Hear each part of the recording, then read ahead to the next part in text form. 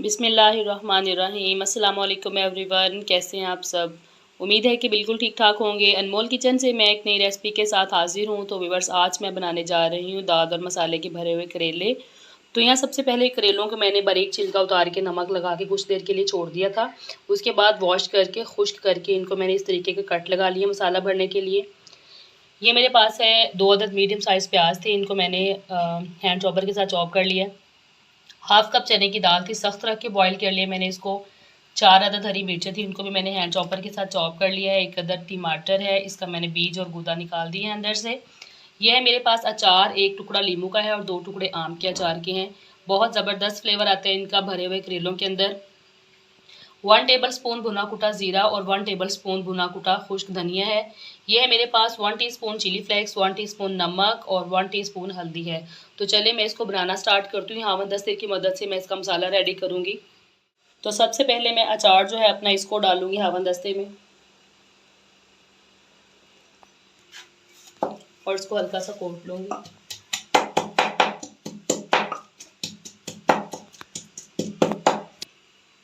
अचार को पीसने के बाद मैं इसके अंदर डालूँगी चने की दाल।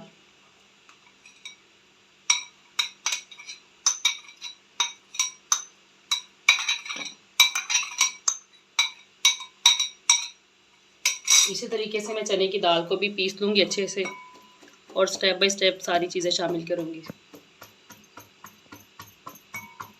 दाल जो है हमारी ये भी पीस गई है थोड़ी सी। तो इस तरह की दाल करके इसके बाद मैंने इसके अंदर डाल देना है प्याज।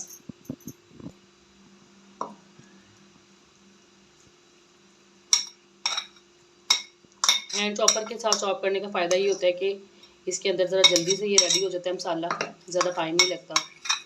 वरना तो ये अगर हम डायरेक्ट प्याज को इसके अंदर डाल दें तो फिर ज़रा टाइम टेकिंग काम हो जाता है। इसके साथ ही मैं इसके अंदर डाल दूँगी अपने मसाले। ये गया भुना हुआ कुटा हुआ ज़ीरा और ये इसके अंदर साथ ही मैं शामिल कर दूँगी हरी मिर्चें।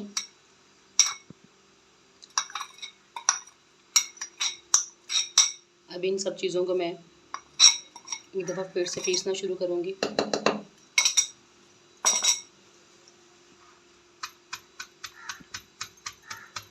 ये हमारा दाल और मसाला जो है ये बन के हो चुका है तैयार, ये देख रहे हैं।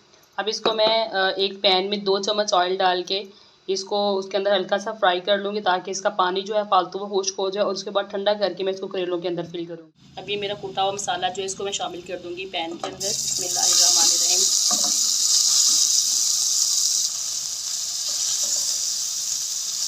एक तो इसमें जो पानी थोड़ा बहुत है होगा वो खुश्क हो जाएगा, दूसरा इसका टेस्ट जो है वो ज़्यादा अच्छा हो जाता है भून जाने के बाद। तो इसलिए मैं 2 से 3 मिनट इसको ऑयल के अंदर जो है भून लेती हूँ।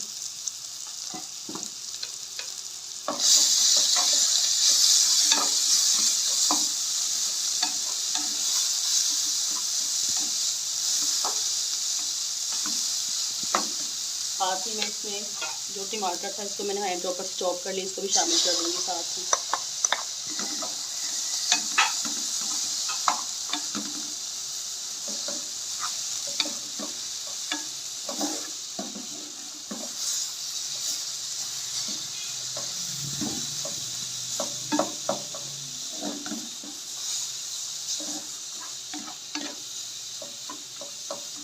बस इतना सा मैंने इसको भूनना था, 2 से 3 मिनट।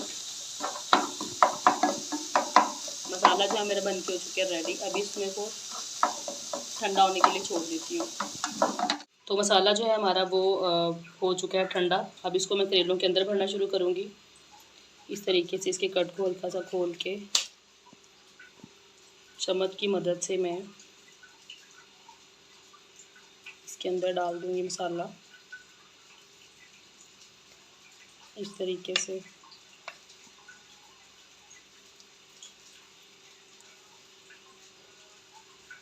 इसी तरीके से मैं सारे करेलों के अंदर अपना मसाला भर के धागे से इनको ऊपर से हल्का सा रैप कर दूंगी ताकि मसाला जो है वो पकते हुए बाहर नहीं निकले।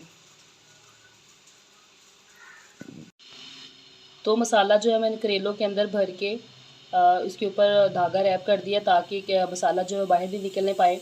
तो अब इसके अंदर शामिल करूँगी ऑयल। इस तरीके से आपने इनको तिरछा सा रख देना करके और ये कोशिश करनी है कि किसी बर्तन में ऐसे में रखें जो खुले पक जाए, ज़रा खुले खुले रहें ताकि सारे जो है ईजी से पक जाए। तो ऑयल जो है हमारा इतना ऑयल जाएगा इसके अंदर। तो अभी 10 मिनट तकरीबन मैं एक साइड से इनको पकाऊंगी, 10 मिनट दूसरी साइड से पकाऊंगी, फिर मैं इनको डन करूँगी। तो करेले जो हैं 10 मिनट एक साइड से स्लो आंच पे मैंने पकाया इनको। अब इनकी साइड चेंज कर देती हूँ मैं, 1 बाय 1 मैं इनकी साइड चेंज कर दूँगी और इतनी ही आंच पे दूसरी साइड से भी पकाऊंगी 10 मिनट के लिए। देख सकते हो खूबसूरत सा कलर आ गया। हल्की आंच पे बनेंगे तो ये ज़्यादा अच्छे बनेंगे, आंच तेज़ होगी तो ये जलना शुरू हो जाएंगे। तो क्योंकि मैंने इनको तिरछा सा करके रखा हुआ था, एक साइड से कुक हो गया अच्छे से। अब ये दूसरी साइड से टर्न कर दिया मैंने इनको। तो ये टर्न करने के बाद जो है एक साइड से बड़ा अच्छा कलर आ गया, दूसरी साइड से भी 10 मिनट के लिए पकाऊंगी।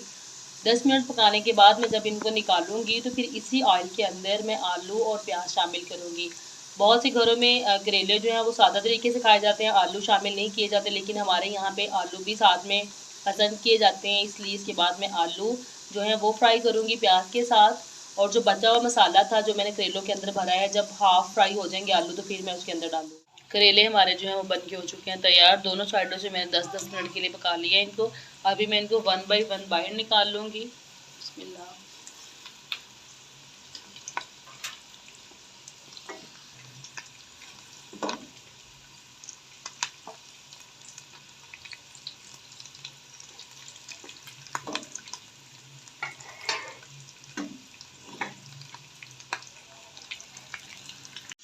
तो करेलों को मैंने निकाल लिया बाहर। अब इसी ऑयल के अंदर मैं शामिल करूँगी आलू। बिस्मिल्लाहिर्रहमानिर्रहीम।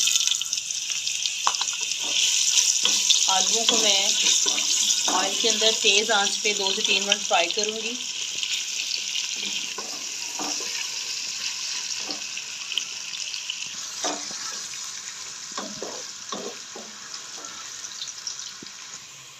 दो से 3 मिनट फ्राई करने के बाद आलूओं को अब इनके अंदर डाल दूँगी प्याज।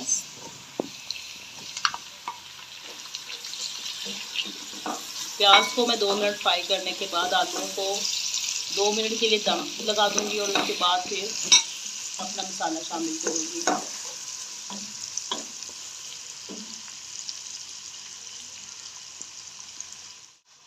प्याज को आलू के साथ फ्राई करने के बाद मैं डाल दूँगी इसके अंदर 1 अदद कटा हुआ टमाटर। साथ ही मैं इसमें शामिल कर दूँगी अपना बचा हुआ मसाला। बिस्मिल्लाहिर्रहमानिर्रहीम। ये गया हमारा बचा हुआ मसाला। इतना सा मसाला जो है उसको बचा के रख लूँगी। इनको मैं हरी मिर्चों के अंदर फिल करूँगी और फिर इसके ऊपर डाल दूँगी एंड पे। अभी इसको मैं अच्छे से हिला के तो 3 मिनट के लिए दम पे छोड़ दूँगी ताकि मसाला जो है वो आलू के साथ यकजान हो जाए और टमाटर भी गल जाए। अभी इसको मैं करूँगी कवर और 3 मिनट के बाद खोलूँगी। तो 2 मिनट के बाद मैंने इनको खोल दिया है इसको। अभी मैं इनको करूँगी डिश आउट।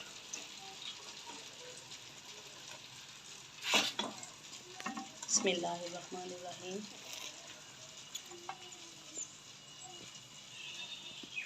तो मेरे दाल और मसाले से बने हुए करेले बन के हो चुके हैं बिल्कुल तैयार। ये है इनकी फाइनल लुक। तो आप इनको घर पे बनाएं, ट्राई करें। स्पेशली दोपहर के वक्त में भरे हुए करेले जो हैं ये दूध वाली लस्सी और तंदूर की रोटी के साथ बहुत मज़ा देते हैं।